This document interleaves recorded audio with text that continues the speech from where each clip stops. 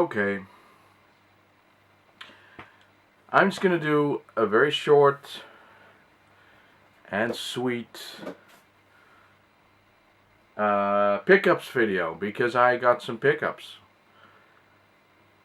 As you may remember, if you watched my previous video, I got a record, a vinyl record with video game music from Super Xevious on it. I didn't get it for myself because when I saw it first, I let it be. I left it in the store. And then two people contacted me and said, "Hey, that looks cool. You shouldn't have left that in the store." So I went back for it and I sold it to Raz. Um, so that was one thing that I bought, and I've been buying stuff. And I've been trying to limit myself, limit my expenses. But there's a couple of things that I really wanted and that I got. But there's also two things that I didn't want but still got. So I've stepped outside my boundary. Now I'm not supposed to do that. And there's a good reason why I do that, because it is so easy for me to, if I think of a game, I know I'll find it on eBay and I'll know I'll buy it when I look at it. So I have to limit myself. That is my reason for not buying anything that I see. I've seen stuff, like the Manhunt for PS2 and like the Bouncer, which was a SquareSoft game for $175, and I left it, and I feel better for it because that means that I can not spend money. I know it's not about the money in this case because it's so little money, but I feel good for not buying that stuff. I did get a couple of things though. I got Child of Light. I don't know if I mentioned that. I think that I did, but I got Child of Light, which was a download on PS3. I talked to Natalie about that game. She said it was on the Wii U. I found it, but it was like a tenner, and I thought, for an online game, or for a download, I thought that was a little bit too much. And then I found it, I think for $3 or for $6 on PS3 as well, a while later. So I bought it, and I played it, and I liked it. But I think I talked about that already. So today I got a mail from the PSN network saying that there's an Easter sale. And in the Easter sale, I just had a look. I know that's dangerous because there was a game that I didn't want, but I started looking up the reviews. I think it's Demon's Souls. It's a third-person hack and slash, but it's a little bit more. It's not just a hack and slash game. It looked nice. It was exactly the thing that I would buy. It was under 10, and I felt myself putting that in the basket. And I thought, shit, here I go again. This is like a.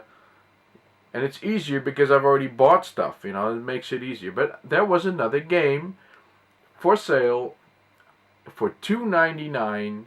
And it's on my want list, and it's under Defeat HD. That is on my list. And I got that. I downloaded it. It's a pretty small download. And it's cheap, and it's a good game. It's a shooter. I'm not a big shooter fan, but this is a twin. I can use it as a twin stick shooter, and I love those. So it's a top-down helicopter. Basically, it's a bullet hell shooter. But if you play it on easy, it's playable. It's music. The graphics are nice. It isn't full screen. It's like part of the screen, which I usually don't like so much. That's probably because of the Tate nature of the original. But whatever. It was on my list, and I got it. Now I still want the physical copy of that, but I have the game officially now sitting on my PS3. Done. So, Child of Light, under Defeat HD for the PS3. Yay me. Now, another one not on my list Because I've been looking into. I think I got something on Steam as well. Another twin stick. I like twin stick shooters. I think it's what I got is Echoes, Echoes Plus.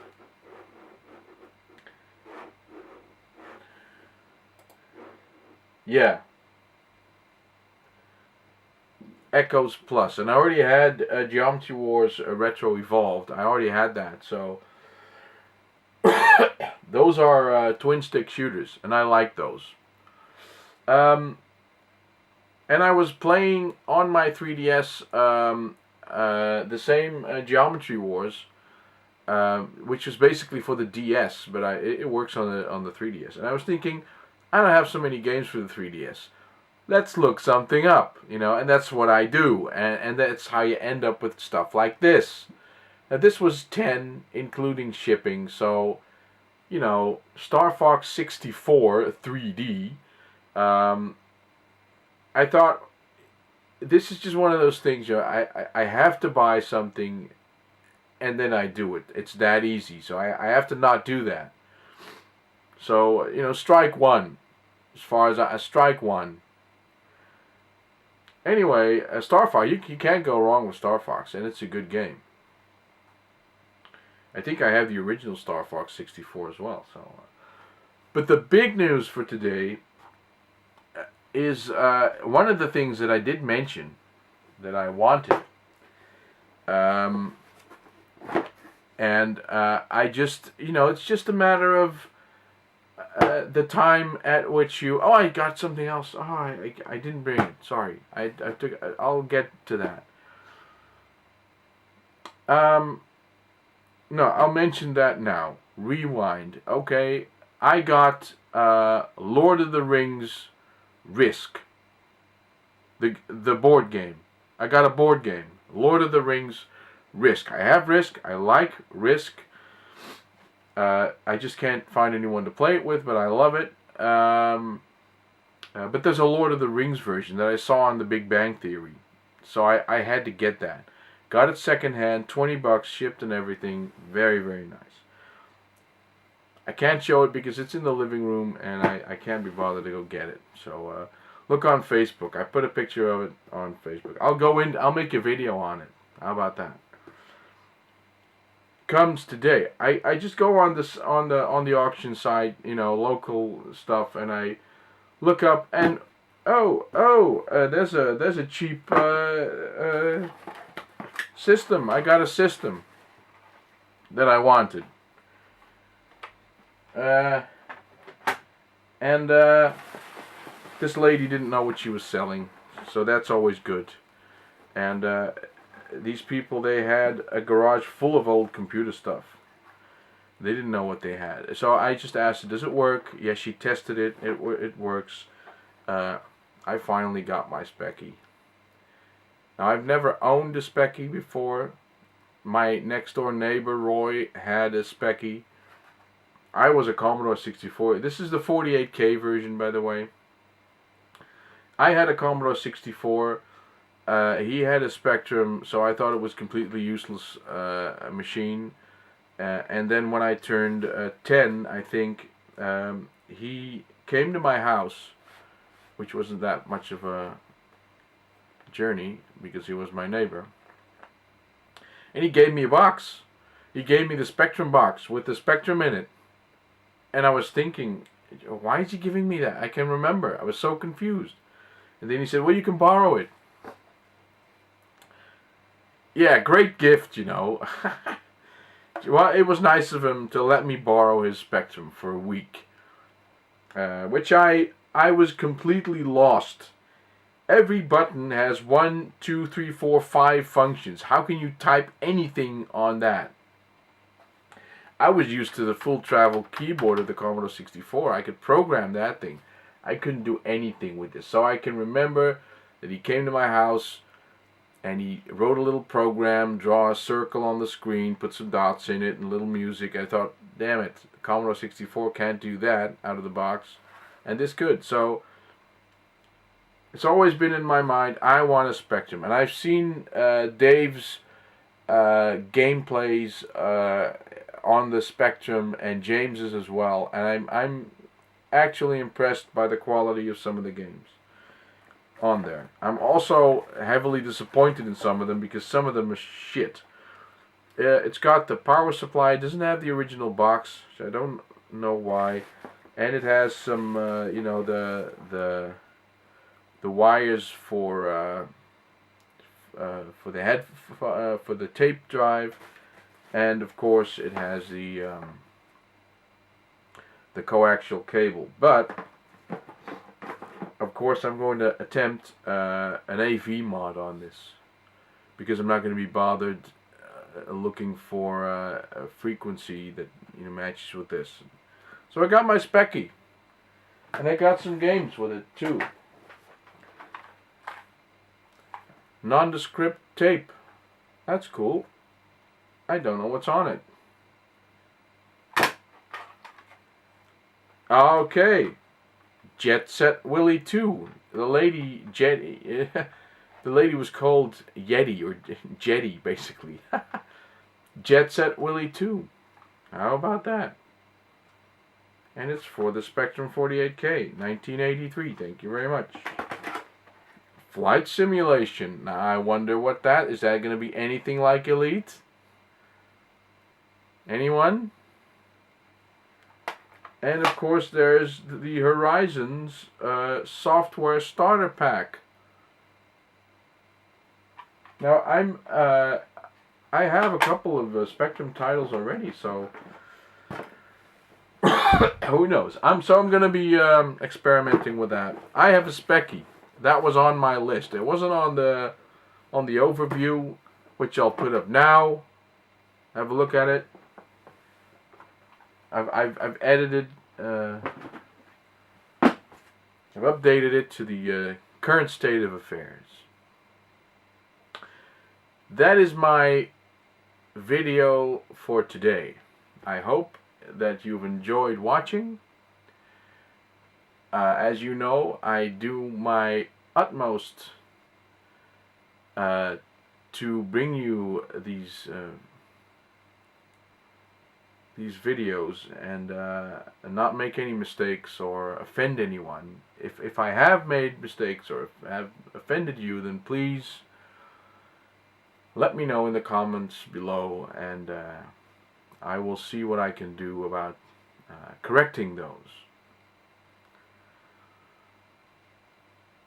Well, I'm not aware of any animals or people having been hurt in the production of this video. If you can put forward any concrete evidence towards the contrary, then please keep it to yourself and bury it as deep as you possibly can. Now, also, if you would like to donate to this channel, then I would have to either give you my my PayPal account, or I should, you know, set up a Patreon account.